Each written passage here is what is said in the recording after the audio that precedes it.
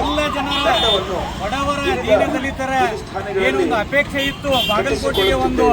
Medical college ಆಗಬೇಕು ಅಂತ ಹೇಳಿ 2013ರಿಂದ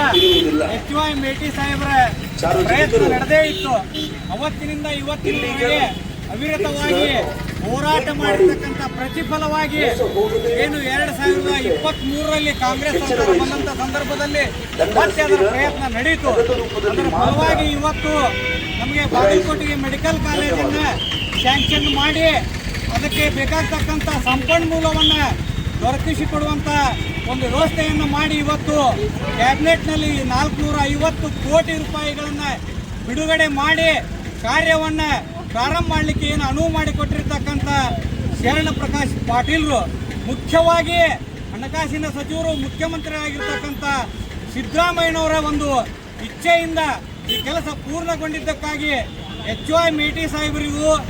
ಉಸ್ತುವಾರಿ ಸಚಿವರಾಗಿರ್ತಕ್ಕಂಥ RB ತಿಮ್ಮಾಪುರ ಸಾಹೇಬರಿಗೂ, ಇದಕ್ಕೆ ಸಹಕರಿಸಿರ್ತಕ್ಕಂಥ ಎಲ್ಲ ಹಿರಿಯ ಶಾಸಕರಿಗೂ ಎಲ್ಲರಿಗೂ ತಮ್ಮೆಲ್ಲರ ಪರವಾಗಿ ಮತ್ತೊಮ್ಮೆ ಹೃತ್ಪೂರ್ವಕವಾದಂಥ ಅಭಿನಂದನೆಗಳನ್ನು ನಾವು ಸಲ್ಲಿಸ್ತೇವೆ.